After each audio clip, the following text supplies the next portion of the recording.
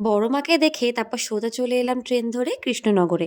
আর কৃষ্ণনগর মানেই হচ্ছে আমাদের প্রিয় জায়গা মাদারসাট।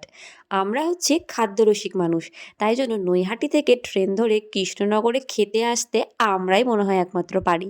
আমরা এর আগে দুবার এসেছি, কিন্তু এই ৪ জনের গ্রুপ মিলে কিন্তু এই ১ম বার এলাম। আর এসে তো পুরো চমকে গিয়েছি।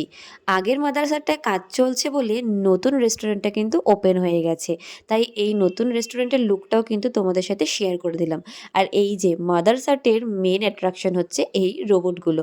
মাদারসাটের খাবার যেরকম সুন্দর, অ্যাম্বিয়েন্সও কিন্তু ঠিক ততটাই সুন্দর। দেরি না করে চটপট কিন্তু আমরা অর্ডার করে ফেলেছি। আর প্রথমেই চলে এসেছে পিৎজা। এখানকার পিৎজাটা খেলে অন্য কোথাও পিৎজা খেতে আর মন চাইবে না। আর তার সাথে নিয়ে নিয়েছিলাম হচ্ছে ফার্স্ট ট্রাই করা আমাদের এখানকার ফিশ ফ্রাই। পিওর ভেটকি ফিশ ফ্রাই ছিল। আর অনেক দিন পর কিন্তু একটা দারুণ ফিশ ফ্রাই আমরা ট্রাই করলাম। পাপাই নিয়েছিল মায়ের হাতে স্পেশাল এখানকার থালি। আর তার সাথে নিয়েছিল চম্পারন মাটন। আর আমরা নিয়েছিলাম ফ্রাইড রাইস আর চিকেন। তো কোথাও গিয়ে মনে হচ্ছিল থালি নিলেই ভালো করতাম।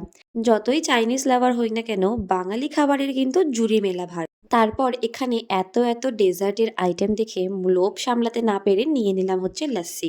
ভীষণ ভালো ছিল খেতে।